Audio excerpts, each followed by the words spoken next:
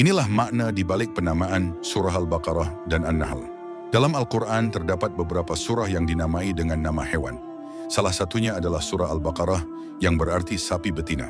Surah Al-Baqarah yang dikenal sebagai Sana'amul Quran atau puncak Al-Quran merujuk pada sebuah peristiwa penting di masa Nabi Musa alaihissalam. Pada masa itu Bani Israel menghadapi kasus pembunuhan misterius. Tidak ada yang mengetahui siapa pelakunya. Mereka pun meminta Nabi Musa untuk memohon petunjuk kepada Allah. Kemudian Allah memerintahkan mereka untuk menyembelih seekor sapi. Meski awalnya mereka banyak bertanya dan meragukan, akhirnya mereka menemukan sapi yang sesuai dengan syarat dan menyembelihnya. Setelah itu, Allah memerintahkan mereka untuk memukulkan sebagian daging sapi tersebut kepada mayat korban pembunuhan. Secara ajaib, mayat itu hidup kembali sejenak dan menyebutkan nama si pembunuh, lalu kembali wafat. Peristiwa ini membawa pelajaran besar, terutama tentang keyakinan akan adanya kehidupan setelah kematian. Hari kiamat adalah sesuatu yang pasti terjadi. Mereka yang mengingkarinya akan celaka selama-lamanya. Al-Quran sendiri menekankan tema hari akhir dengan berbagai penamaan, seperti Al-Qari'ah, hari yang mengguncang, Al-Ghashiyah, tragedi yang memekakkan, An-Naba, berita besar, Al-Waqi'ah, peristiwa pasti, dan lainnya. Selain Al-Baqarah, ada pula surah An-Nahl yang berarti lebah.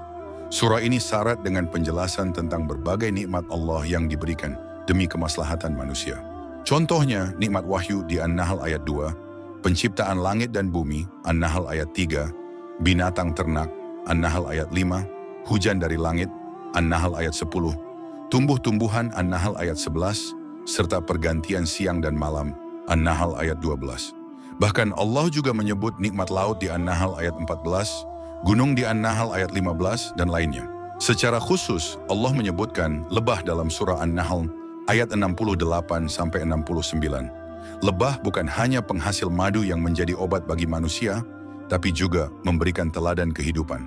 Allah menyatakan bahwa Dia mewahyukan kepada lebah dalam membangun sarangnya dan mencari makanan. Kehidupan lebah mencerminkan prinsip hidup yang mulia, tidak hinggap kecuali di tempat yang baik dan hanya menghasilkan sesuatu yang bermanfaat. Kaum muslimin bisa mengambil pelajaran darinya. Dalam mencari rezeki misalnya, hendaknya menjauhi hal-hal yang syubhat, apalagi yang haram, sebagaimana peringatan dalam surah Al-Baqarah ayat 168. Wahai manusia, makanlah dari makanan yang halal dan baik yang terdapat di bumi, dan janganlah kamu mengikuti langkah-langkah setan.